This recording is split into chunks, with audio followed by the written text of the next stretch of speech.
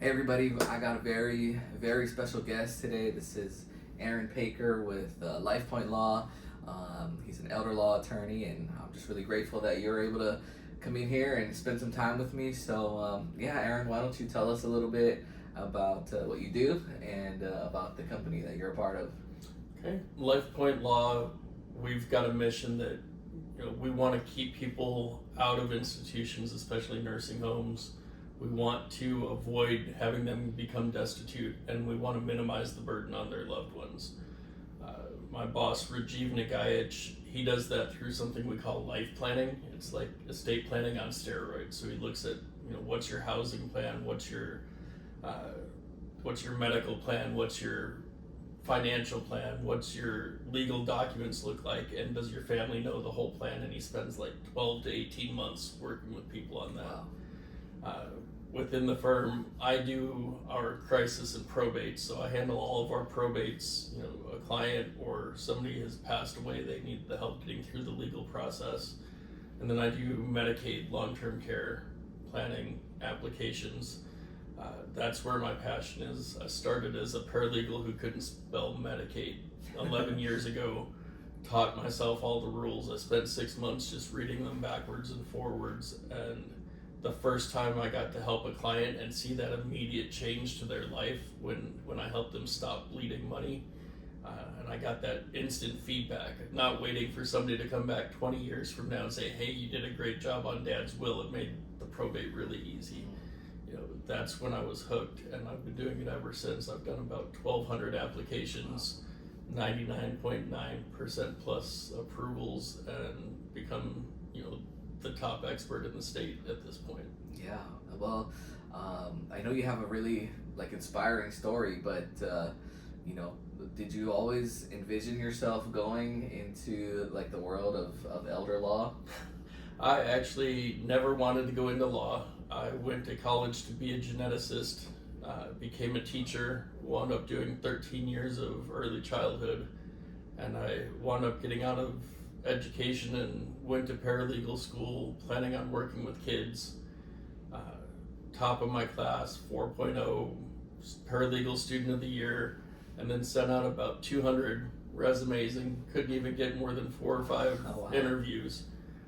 Somebody from my church introduced me to a different elder law attorney who needed help, more of an office manager than a paralegal, a little bit of paralegal work. I hated it. I did not get along with the attorney at all. Couldn't wait to get out of it, never wanted to touch elder law again. And then a longtime family friend who I'd known long before even looking at getting into legal said, you know what, I do civil litigation. I know it's a 2-hour drive to get to my office, but I'm planning on joining this guy, Rajiv, that I went to school with. I'm going to partner up with him. I want you to go start working with him and learn how to be a paralegal. And he was supposed to be there 6 months after me. He got there more than a year after me. When I found out Rajiv was an elder law attorney, I almost ran for the hills. But then he had me start doing the Medicaid, and I fell in love with it. By the time the litigator got there, I didn't want to give up the Medicaid, so I was helping him in doing the Medicaid, and the partnership didn't work out. Turns out civil litigation and elder law don't really work very well together. So I just stayed where I was and worked my way up to partner. Okay, well, yeah, congrats on making it to partner. You're talking about Medicaid and elder law. I think a lot of people like myself who are not super knowledgeable into the practice of law, what is elder law? How is that different from just an estate planning, and how does Medicaid tie into all of that? Elder law is really focusing on folks getting ready to or just past retirement age. They have different medical needs. After 65 or 70, your body doesn't react the same way to medication. You need to make sure you're seeing a geriatrician. You start needing to plan around, now I don't have earned income coming in, how do I budget everything? My health is starting to deteriorate. Even somebody who's really healthy, at some point you start losing the ability to do things for yourself if you live long enough. So we really look at what do you have in place for that. And where Medicaid comes in is Medicare is what people think, I turned 65, I've got Medicare. Why would I need anything else? It covers everything. but it covers the things you can throw money at and fix. You've had a heart attack, you broke a bone, whatever it is, and the doctor or the pharmacist can fix it, Medicare covers it. As soon as you start losing your mental capacity, or you can't bend over to put on your shoes, you need help bathing, nobody pays for that. That's where Medicaid comes in, but you have to be essentially out of money. So my job is helping people figure out, how do you take the money you have and find some way to make it available for quality of life when Medicaid's letting you keep $100 a month. Yeah, I mean that's a very tricky, equation, and I know there's a lot of maybe myths around Medicaid, and even when we have talked before, I think 99% of people think that automatically Medicaid isn't for them. So, like, what have in your experience when you come across people who have those beliefs, like, how do you help them out? I think the first step is really education. I get so many people, their neighbor Bob or the Google told them that they can't have more than $2,000 income, or they can't have any money in the bank. They're going to wind up in a nursing home. When their husband or wife dies that's been on Medicaid, they're going to lose their house. And almost none of it is true. I mean, there's ways to get just about anybody on. There are people, they have enough assets or the right kind of assets. It doesn't make sense, but that doesn't mean we can't get people on. Single people can usually protect at least 50% of what they have. Married couples can almost always protect close to 100% and get that help paying for their care. Usually they wind up saving $3,000 to $15,000 a month every month for the rest of their life on Medicaid. Wow. And they just they come into it saying, I already know you can't help me, but my kid said I had to talk to you anyway. So it's usually the kids who are kind of pushing that conversation. Right. It's the kids. I do presentations at churches, and the care ministers are telling folks, you know what, you don't have to do this on your own. Go talk to Aaron. People I've helped before, telling their friends, but somebody has to let them know, because the myths are just everywhere. I get so many people who just have absolutely no idea there's help available. Yeah, that's amazing that you're able to help people who really thought help was unavailable to them, and it sounds like you said education, so it sounds like your background with being an educator before has kind of tied into what you do now. Do you think that it was that experience has helped serve you in this role? Absolutely, especially like I did early childhood, 2 to 4 and 5 year olds most of the time, so I was used to taking really complex topics and breaking it down to a level that anybody could understand.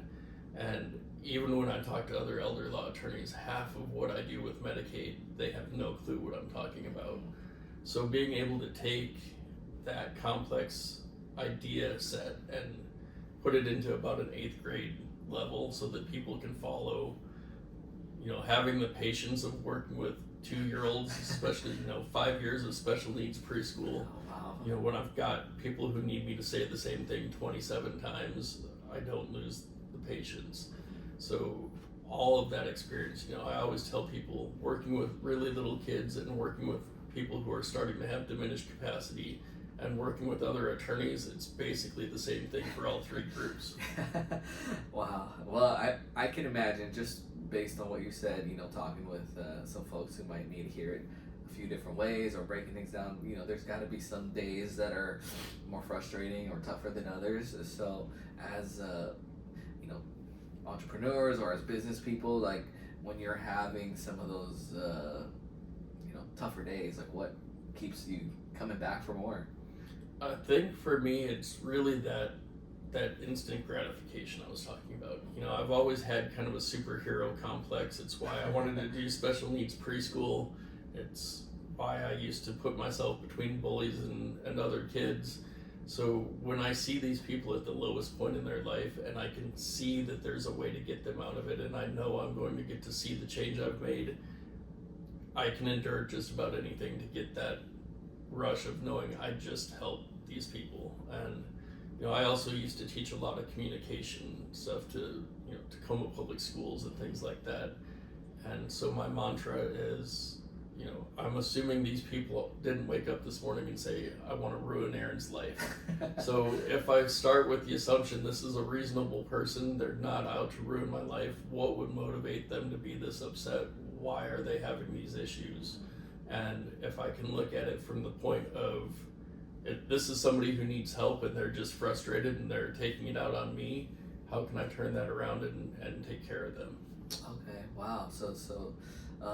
Helping people has really been something that drives you. So that's awesome. And yeah, I know we've had some other conversations about some of the other things that you're doing to help business people and just people who are in crisis mode. So is that something that you said, like stepping in between bullies and just that superhero complex that you mentioned? Was that just something ingrained in you, or? Sort of. One of the things I'd love to talk to people about is mental health issues. I went undiagnosed until I was 21, but I have OCD, I have bipolar, I have ADHD, and I've seen the way it can just destroy a life if you're hiding it because you're afraid of the stigma, or you don't know how to talk about it. And so I really try to push educating people, especially attorneys, entrepreneurs. They have much higher rates of stress-related mental health issues, addiction, all these other things than other people in the general populace. And so getting out there and educating people about that, it's really important to me. And my particular type of bipolar always presented as a desire to hurt myself and hurt others. But I also always wanted to protect people who couldn't protect themselves.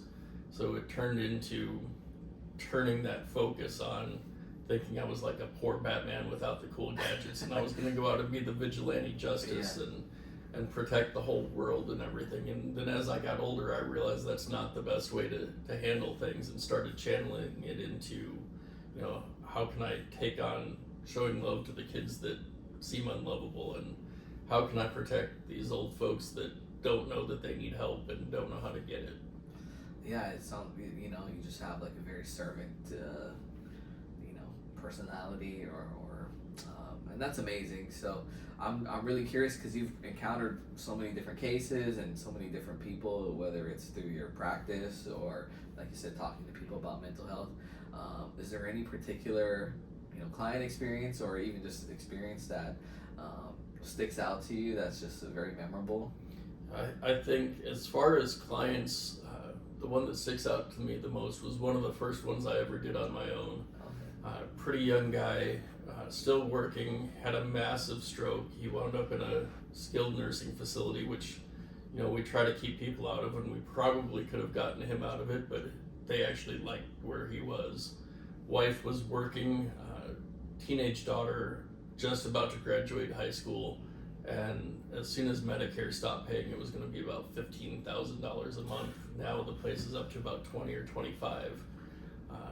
And because he had no income, he was married, we were able to get him on almost immediately. As soon as Medicare stopped paying, he was on Medicaid paying nothing. He has zero out of pocket. He eventually got onto unemployment and then Social Security. Her income was low enough, I think they're still not paying anything. So being able to protect that, and he's young enough, it's been 6 or 7 years and they're still going strong. Every year I was getting Christmas cards, and I got a notice when their daughter graduated from UW, and everybody they talk to, they're sending my way. So being able to stay in communication with them and seeing not only the married couple and adult kids having their lives changed. I don't get many people young enough to have high schoolers and stuff, and seeing this kid who was looking at staying home because they couldn't afford school and they needed the extra help, getting to go on and graduate was just incredible. And they're the story I keep coming back to. For the Medicaid side, I try to do a lot of emergency stuff for folks, and couple I was trying to get husband on.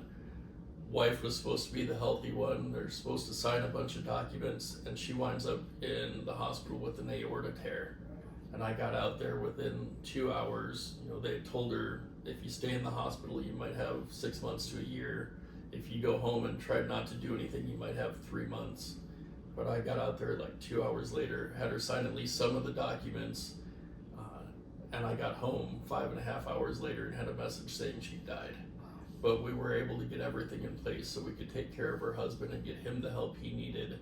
The family didn't have to start all over from scratch with a brand new plan and everything. So, I've had a number of those where within a few hours or a day of getting to somebody in the hospital, they're passing away. And because I didn't say, well, you know what, my calendar is full, let's look at next week, I was able to get them taken care of. Wow. Both of those stories are, with the kids going to college like that, you just changed like maybe someone's generational future, and then with somebody passing, that's obviously really, really painful experience. And I'm just curious because, like you said, crisis management almost, like, is there some advice that you have for people that to maybe avoid having to go into that situation? The thing I try to tell everybody, don't wait until it's an emergency. I get a lot of calls on a Thursday. I was just told that tomorrow we're having a care meeting, they're taking away Medicare for dad on Friday, and Monday we have to start private pay at $20,000 a month. What do I do? And they don't like to hear me say, call me 5 years ago or call me 6 months ago. Right. So if people can understand, as soon as you get that diagnosis of dementia or Alzheimer's or Parkinson's, or you start to see those declines, don't wait until you're desperate. Start planning ahead of time. I can protect so much more. I can give so many more options if I have some lead time. If I'm trying to do it all in a week or two, there's just not as many options. I get a lot of folks that want to stay at home, and helping them understand staying at home doesn't necessarily mean where you are. You might have to look at downsizing or finding a retirement community, but if you start early, we can do that. If you can't stay at home, we can at least get you into an assisted living or an adult family home instead of a nursing home. But if you're completely out of money and you're desperate and you can't do anything, sometimes the nursing home is the only real option you have. Yeah, so just planning ahead, even if nothing is imminent, can just save you a lot, create more options for you, and Absolutely. better quality of life. What is what's one of the things that within elder law that people don't really understand, or maybe just something that's unique to you that that people get wrong all the time? I think the biggest one, like I said, it's all those myths around Medicaid, and I think part of the problem is even a lot of elder law attorneys that don't specialize in Medicaid don't always know the options. There are a lot of great elder law attorneys in this state. A lot of them do Medicaid, some of them even do pretty complex Medicaid. But just in the last 6 months, I've had 5 people come to me that have talked to 4 or 5 elder law attorneys that told them you'll never qualify for Medicaid. And within 15 minutes of talking to them, I'm laying out the plan for how they're going to protect 100% of their assets and get on Medicaid. Wow. It's a very convoluted system. If you start looking at the regulations, almost every one of them refers to 4 more regulations, and those each refer to 3 more. And if you don't follow every single thread until you get back to one that you've started with, you're going to miss something and wind up getting a denial or not realizing that there's a way to do it. Yeah. So when if somebody maybe they're thinking about Medicaid and they're not sure if they're going to qualify, do you normally just have like a phone call introduction, or what's your process usually? If people are fairly certain they need to start the planning, we just go ahead and get them in. I usually do about a 1-hour consultation.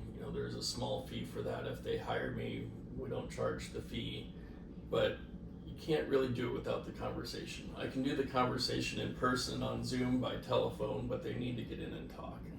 If it's somebody, they're thinking I've got 5, 10, 15 years, then they're better off going to a seminar and meeting with Rajiv and doing that long-term planning. I get a lot of his former clients that now they need Medicaid, but they've done all of the planning really far in advance. Everything is set up, and by the time they get to me, it's a piece of cake. They already know what we're doing. They've already got all the groundwork laid, and it's just getting an application in.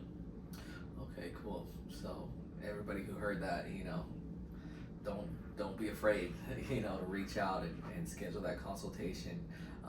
And kind of, changing gears a little bit here, but I know we were talking the other day, and you already have one book published, and you're writing another one. So I forgot to say author, Aaron Paker as well. Tell us a little bit more, about what you've written and what you've got coming up. Yeah, the first book, back in 2021, I got sick of trying to explain to everybody that, I don't care if the Google told you something different than what I'm telling you. I've read the laws. I'm not making it up based on some AI that kind of fills in the gaps for itself. So I took basically all of Medicaid rules and planning strategies and put it into 92 half-size pages of 14 font at about an 8th grade reading level. I've been told you can read it in 2 to 3 hours if you can keep your eyes open. And I give that to clients. It's for sale on our website, but I think out of 1,500 copies, I've sold about a dozen, and the rest of them have been given away. A lot of my referral partners give them out to older couples that they're working with. I've got half a dozen attorneys that are trying to learn Medicaid better that are using it as their primer, and then I'm kind of unofficially mentoring them. So that one is really just a professional book. This is your guide to what Medicaid means in Washington. The one that I'm about to send off for publication is not really related to my work. It's taking a relatively shallow, surface level autobiography about my journey from all of those mental health issues and being on track for being on America's Most Wanted or something, to becoming a leader in my industry. And so here's my story, and then here's how that can change your life. Finding your core values, figuring out what your strengths are, figuring out what your superpowers are based on what you've dealt with your whole life. How do you put that all together and transform your life so that every aspect of it, personal and professional and social, is the most meaningful it can be for you and the most rewarding, and make you as successful as you can be in every arena of your life. Yeah, I'm looking forward to reading that one. I think it's going to inspire a lot of people, and like you were just saying, what you went through is what you're best equipped to teach other people how to do. So I think that's going to be awesome. When you're not working, not writing, what do you like to do outside of work, basically? I've got a couple of teenagers. One's going off to college in the fall, so trying to spend time with them, hanging out, thrift shopping, watching movies, whatever we can do. Cooking is another one of my big passions. I love smoking meat, making my own sausages. I've got a lot of people who want me to start marketing my rubs and my sauces. And I keep telling people, when I retire from law and I'm ready to have my grown-up job, I want to open up a nonprofit restaurant with, the really fancy stuff on Friday and Saturday nights to make the money, and pay as you can the rest of the week. Just big servings of nutritious family-style food. And if you're a student or a homeless person and you can't pay, you just get a free meal. If you got money and you want to donate, you donate a payment for the food. So that's where I want to go in another 19 and a half, 20 years. When I hit 70, I figure I'll be able to retire and start my real job. Nice. Well, I got to try some of those, sausages or something that you're making one of these days. But yeah, that's awesome, man. And like I said, I just want to thank you again for coming through. And I guess if when somebody's ready to start that conversation, or if they have questions, where's the best place to find you? The easiest way is give our office a call. We're easy to find, or start with one of those seminars. Rajiv has seminars 3 or 4 times a month. It's a huge amount of information, whether you need Medicaid or not. It's 90 minutes, it's free, and nobody walks out of it not knowing more than what they came in with.